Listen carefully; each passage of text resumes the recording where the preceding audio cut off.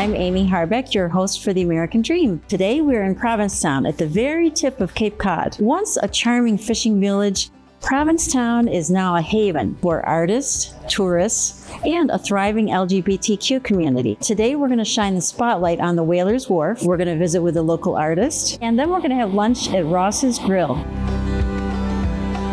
The Whalers Wharf is a historic property located in the heart of Provincetown. It has been home to shops, artist studios, galleries, restaurants, and a movie theater since it was originally built in 1919.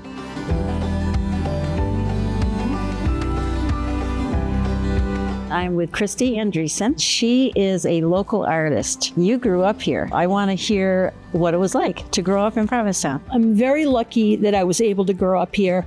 The town was incredibly vibrant and alive, and there were tons of kids everywhere and an active fishing industry, which was really lovely also. I think the big thing was the fact that children were really part of the community. Every other person was also an artist, but they also owned a restaurant. They had a business in town, so artists weren't really separate from the community.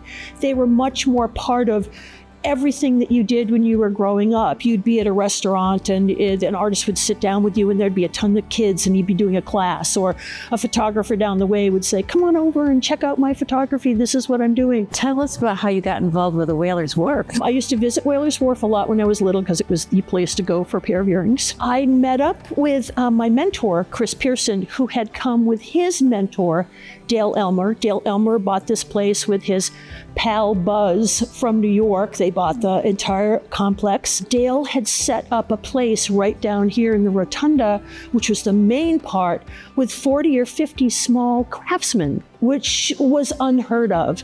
Minimal rent, no light bill, no heat in the winter, so we all dressed in heavy clothing. But Dale created a community where as long as you made what you sold, you could come and rent a spot here. And it was astounding. We had caricature artists up in the front, an ivory carver, a small glass blower, handcrafting silversmiths and jewelers, and Dale was an artist, and he taught us, make what you sell, but make it in front of people so that you engage them in your artwork. And then, unfortunately, there was a tragic fire, so I bet that broke everybody's heart. It was probably the biggest thing that has happened in Provincetown, maybe even on the Cape. The conflagration of this entire building that you see, it was astounding. After the fire, Dale gave all of the displaced artists sheds to work from for the 2 years during the transition. He sold the property and they built this building, which is just incredible. We have photographers from all over the world coming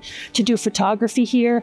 We have artists on the first floor, second floor seed business, third floor seed business, and Dale grandfathered in studios for all of the artists to work. You have Taco Glassworks, and I'd love to know how you got started with that. When I was very young, about 15, I worked with my mentor doing sculpted wire work. We had a store in Whalers Wharf.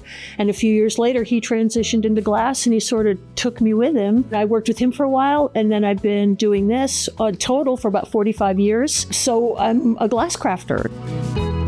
This is a stained glass panel that I'm making for some very long-time customers. Another artist used to do these beautiful rondelles that you see in the center here, which are incredibly beautiful. And they needed a window for a very specific purpose to block the light. They have a lot of light coming in. So we're working with very dark glasses, and so designing the window around their needs. Well, Christie, thank you so much. I just love seeing your work and especially hearing how woven your life is with the Whalers Wharf.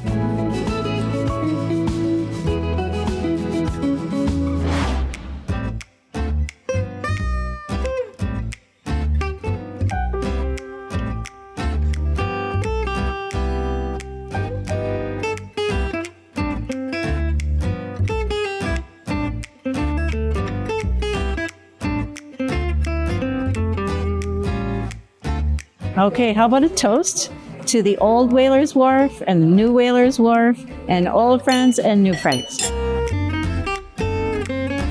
I'm Amy Harbeck, and it's been fun sharing this favorite location with you, and I look forward to bringing you to another magical location next time on The American Dream.